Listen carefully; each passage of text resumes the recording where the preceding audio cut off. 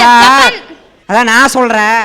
ஞாயிறு என் மேனி என்றால் திங்களவள் செவ்வாயில் முத்தமிட்டேன், புதன் வியாழன் பேசினோம், வெள்ளி எனுமின் ஓடினோம், பிறகுதான் தெரிந்தது அவள் சனி என்று. சனி என்று. அப்பா உனக்கு வேண்டுமானால் அவள் சனி, காதலி கிடைக்காமல் போனால் அவள் சனி, காதலி கிடைத்து விட்டால் அவனுக்கோ இதய கனி.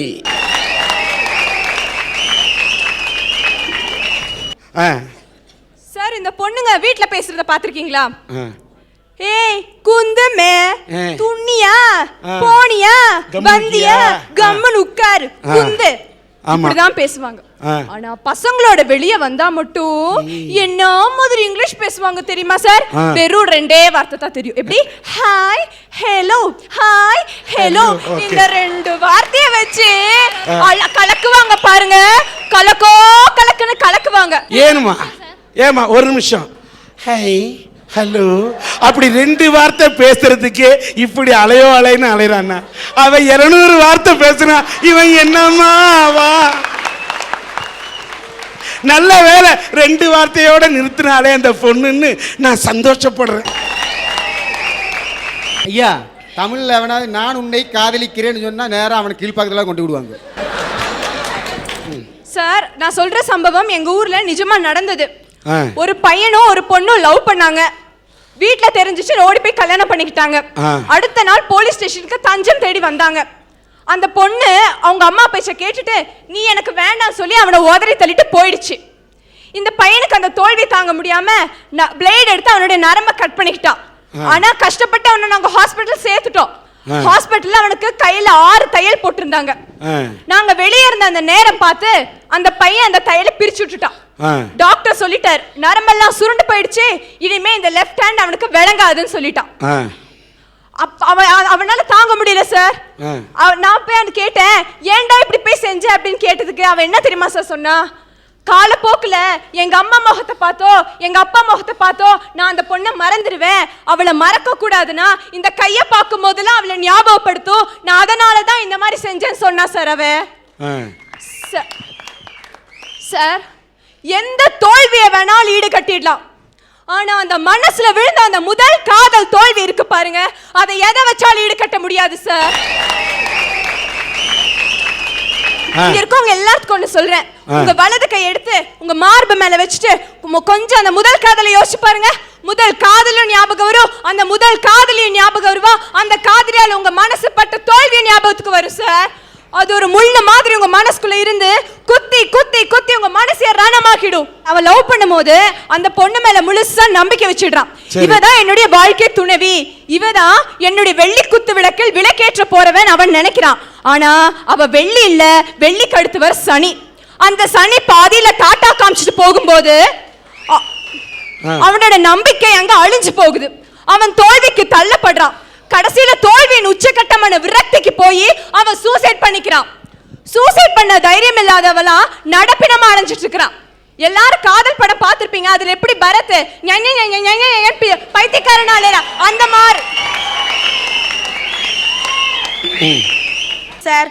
சார் உண்மையான காதல்ங்கிறது எங்க இருந்தாலும் வாழணும், நல்லா இருக்கணும்னு நினைக்கணும் சார். இப்போ ஒரு சப்போஸ் ஒரு பையனோ ஒரு பொண்ணோ லவ் ஃபெயிலியர்னால பிரிஞ்சுட்டாங்க, ஆனா அந்த பொண்ணோ அல்லது பையனோ எங்க இருந்தாலும் நல்லா இருக்கணும்னு நினைக்கிறாங்க பாருங்க, அதுதான் சார் உண்மையான காதல். ஒரு நிமிஷம் சார். சார் ஒரு பொண்ணு ஒரு பையன் கூட சுத்தும் போது, சினிமா பார்க்கும்போது, எஸ்எம்எஸ் அனுப்பும்போது, ஃபோனில் பேசும்போது, அப்பா அம்மாவுக்கு தெரியாமல் அவனை சந்திக்கும் போதெல்லாம் அவளுக்கு அது தப்பா தெரியாதா சார்? அவங்க அப்பா அம்மா திட்டுவாங்கன்னு அப்ப தெரியாதா சார்? அதை ஏமாந்து அவனுடைய உள்ளமெல்லாம் வெந்து போய் நொந்து போய் அவன் இதய காயமா இருக்கும்போது வசந்த மலைய சிவாஜி சார் எங்கிருந்தாலும் நல்லா இருந்து வாழ்த்துறதுக்கு காதல் சார், ரியல் லைஃப் சார். அம்மா எந்த பொண்ணு எந்த பையனு காதலிக்கும் போது தான் காதல் தோல்வி அடையும் நினைச்சு காதலிக்க மாட்டாங்க. எப்படியாவது வாழ்க்கையில சக்சஸ் ஆகணும்ங்கிற நம்பிக்கையில தான் காதலிப்பாங்க. அப்படி ஒருவேளை ஆயிட்டா கூட எங்க இருந்தாலும் நல்லா இருக்கணும்னு நினைக்கிறாங்க பாருங்க, அதுதான்மா உண்மையான காதல். சார் இந்த பொண்ணுங்க இருக்காங்க பாருங்க, செல்போனை வச்சுப்பாங்க. அது எந்த மாதிரி தெரியுமா? இந்த 10 ரூபாய்க்கு 3 போட்டு வைக்கிறாங்களே அந்த மாதிரி இருக்கும். இதுல 1 ரூபாவை இன்கமிங் வச்சுக்கிட்டு பசங்களுக்கு மிஸ்காலா விட்டுட்டு இருப்பாங்க. நம்ம பசங்களும் அந்த மிஸ் கால் அட்டெண்ட் பண்ணி ஆகணுமேன்றதுக்காக அம்மா கடுகு டப்பால இருந்து திருடுறது, அப்பா பாக்கெட்ல இருந்து திருடி அவனோட காதல் டாப்பா இருக்கணும்ன்றதுக்காக டாப் ஆஃப் கார்டு போட்டு போட்டு அவனோட டாப் எகிரி போயிடுது. நான் ஒன்னு சொல்றேன், எந்த காதலி தன்னுடைய காதலனுக்கு மிஸ்டு கால் அனுப்புறாளோ அது மிஸ்டு காலா இருக்காது, மிஸ்டு காதலா தான் இருக்கும். இந்த கருத்தை திரும்ப நான் உனக்கு சொல்றேம்மா பாப்பா. பொண்ணுங்க மட்டும்தான் மிஸ் கால் கொடுக்குறாங்களா? எத்தனை பசங்க மிஸ் கால் கொடுத்து குழப்பம் நடத்திக்கிட்டு இருக்கா? ஆக இந்த மிஸ் கால் கொடுக்கிறது ஆணுக்கும் உண்டு பெண்ணுக்கும் பழக்கம் உண்டு. இதான் உண்மை. சோ காதலை விழும் ஆண்களே ஜாக்கிரதை. உங்க காதலி உங்களுக்கு மிஸ் கால் அனுப்புறானா உங்க லைஃப் அவ மிஸ் பண்ண போறான்னு அர்த்தம். சோ ஜாக்கிரதை ஜாக்கிரதை ஜாக்கிரதை. கல்யாணம் பண்றது நல்லதா, கல்யாணம் பண்ணாதது நல்லதுங்களா? கல்யாணம் பண்ணா சிலருக்கு நல்லது. இப்போ உங்களுக்கு திருமணம் ஆயிருக்குங்க, எனக்கும் ஒரு வழியில திருமணம் ஆயிப்போச்சு.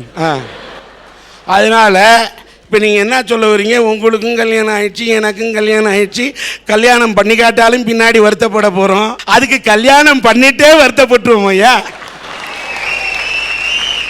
ஐயா, இப்படி கல்யாணம் பண்ணி இருக்கிறவங்க சந்தோஷமா நிம்மதியா வாழ்ந்துகிட்டு இருக்கிறாங்களா, இல்ல ஐயோ தப்பு பண்ணிட்டோமோன்னு வருத்தப்பட்டுக்கிட்டு இருக்கிறாங்களா அப்படிங்கிறத நான் சில பேர்த்துக்கிட்ட போய் படிச்சவங்க பெரியவங்கன்னு சொல்லி அவங்களுடைய நிலைமையை பார்க்க வேண்டிய சந்தர்ப்பம் ஏற்பட்டுச்சுங்க. அதுல ஒருத்தரை போய் பார்த்தேன். அவரு மேட்டுப்பாளையத்துல ஒரு அரசு அலுவலகத்துல வேலை பார்த்துக்கிட்டு இருக்காரு. சரி, நல்லா படிச்சவராச்சே, பிரச்சனைகளை ஈஸியா சுமூகமா தீர்க்கிறவராச்சே, அவரை பார்த்தா தெரியும்னு போனா நான் போன நேரம் என்னமோ மேலதிகாரிகிட்ட சரியான வாங்கி கட்டுங்க. அவர் திட்டிக்கிட்டு இருக்காரு, இவர் பாக்கெட்ல இருந்து என்னமோ எடுத்து பாக்குறாரு. அவர் திட்டுறாரு, இவர் பாக்கெட்ல இருந்து எதோ எடுத்து பாக்குறாரு. எனக்கு ஒரே ஆச்சரியம். அவர் திட்டி முடிச்சு போயிட்டாரு. நான் போனேன், வாங்க தம்பினாரு, உட்காருங்கன்னு உட்கார்ந்தேன். அவருக்கு திட்டும் போது என்னமோ எடுத்து பார்த்தீங்களா, அது என்னன்னு கேட்டேன். அப்ப அவரு சொன்னாரு, பிரச்சனை வரும்போது எடுத்து பார்ப்பேன் தம்பி, அப்போ நான் ரிலாக்ஸ் ஆயிருவேன், அதுக்காக எடுத்து பார்த்தேன்னாரு. ஆனா அப்படியா இருந்தா எனக்கு ஒண்ணு கொடுங்கன்னு கேட்டேன். இது எல்லாரும் கையில இருந்த விவகாரமா போயிருந்த தம்பி, இது என் பொண்டாட்டியோட போட்டோன்னாரு. அவர் சொன்னாரு, எனக்கு எப்பவெல்லாம் பெரிய பிரச்சனைக்கு வருதோ அப்ப பாக்கெட்ல இருந்து எடுத்து பார்த்தா என் வாழ்க்கையில இதுக்கு மேல இனி ஒரு பிரச்சனை வர முடியுமா அப்படின்னு நினைப்பேன், வந்த பிரச்சனை அப்படியே போயிரும். இத என் கூட ஒப்பிட்டு பார்த்தேன். எனக்கு சில பிரச்சனைகள் இருக்கு இல்லைங்களா? இல்ல, இந்த பிரச்சனையெல்லாம் இங்க அரட்டை அரங்கத்துல பேசிட்டு வீட்டுக்கு போறதுன்னு முடிவோடு இருக்கிறா? ஐயா, நான் கொஞ்சம் பொது வேலை அது இதுன்னு வெளியெல்லாம் போய் வருவேன். அப்படி போனதுல போன மாசம் திடீர்னு தினப்பத்திரிகையில் என்னுடைய செய்தி வந்துருச்சுங்க. இது ஒரு பெருமையான சமாச்சாரமாச்சு, போய் சொன்னா அவ சந்தோஷப்படுவான்னு சொல்லி எடுத்துக்கிட்டு ஓடுனேன். இதை பாருமா, என்னை பத்தி செய்தி வந்திருக்குது, பெருமைப்படணுமா இல்லைங்களா? அந்த இடத்துல போடுறதுக்கு வேற செய்தி ஒன்றும் இருந்திருக்காது பத்திரிகைக்காரனுக்கு, அதனால எதையாவது ஒன்று போட்டு விடுன்னு போட்டிருப்பான். பத்திரிகை செய்தி விடுங்க, அது உள்ளூர்ல மட்டும்தான். சரி, இந்த அரட்டை அரங்கத்துல பேசுறதுக்கு எனக்கு வாய்ப்பு கிடைச்ச உடனே எவ்வளவு பெரிய மகிழ்ச்சிங்க. ஆயிரக்கணக்கான மக்கள் மத்தியில உங்க முன்னால இவ்வளவு நெருக்கமா, எவ்வளவு பெரிய வாய்ப்பு. 100க்கும் மேற்பட்ட நாட்டுல ஏன் நெருக்கமா? நான் என்ன சிம்ரனா? என்ன இத பெரிய நெருக்கமா? நான் என்ன நமிதாவா? நெருக்கமா ஏனப்பா? விடப்பா. இந்த சந்தோஷமான செய்தியை போய் சொல்றேன். அப்படியே திரும்பி ஒரு பார்வை பார்த்துட்டு என்ன சொன்னேன், அரட்டை ஏறத்துக்கு செலக்ட் ஆயிட்டியா, ஏன் இதுல கலந்துக்கிறதுக்கு வேற யாரும் வரலையான்னு கேட்டேன். உங்களை பத்தி என்ன அருமையா புரிஞ்சு வச்சிருக்காங்க. இதோட விட்டு இருந்தா பரவாயில்ல. என் சம்சாரம் சொல்லுதுங்க, நீ திட்டமிட்டு தாயா போய் அரட்டை அரங்கத்துல பேச போற, கரெக்டா நான் ஊருக்கு போறதுன்னு உனக்கு தெரியும். ஆனா ஒண்ணு மட்டும் சொல்றேன், நான் இல்லையேன்னு உன் இஷ்டத்துக்கு அங்க எதையாவது பேசிட்டு அரட்டை அரங்கத்துல கலந்துக்கிட்டவங்க என்கிட்ட சொல்லிட்டாங்க. அவங்க சொல்லலைனாலும் எப்படி இருந்தாலும் டிவியில வரும்ல,